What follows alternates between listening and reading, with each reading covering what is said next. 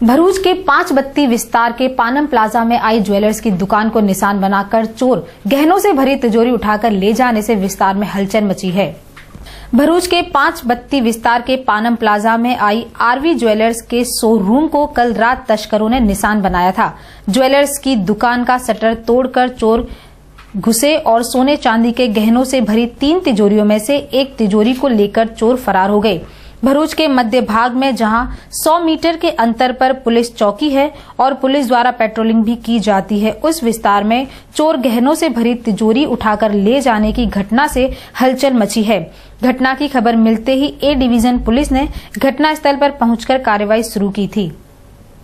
चौक से RV jewellers 27 पानम plaza में दुकान धरावो छो।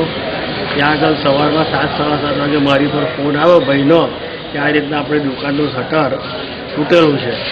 અમે તાત્કાલિક અહીંયા આવ્યા અને જોયું તો પછી પોલીસમાં તાત્કાલિક ઇન્ફોર્મ કરવા કર્યો અને તે પોલીસવાળા પીએસઆઈને બધા અહીંયા આવ્યા અને એમણે તપાસ કરી।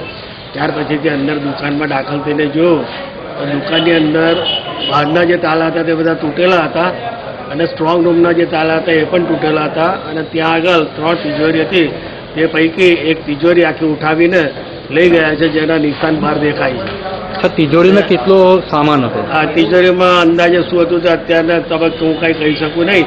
એની અંદર સોનાના દાગીના, ચાંદીના વાસણો એ બધું હતું, ભંગાર ને બધું।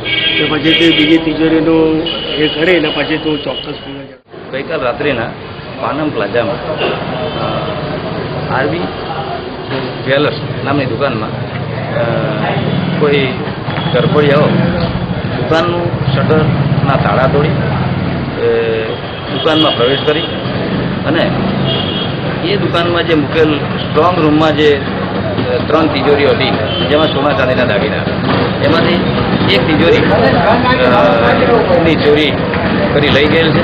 એમાં સોના ચાંદીના જૂના દાગીના હતા।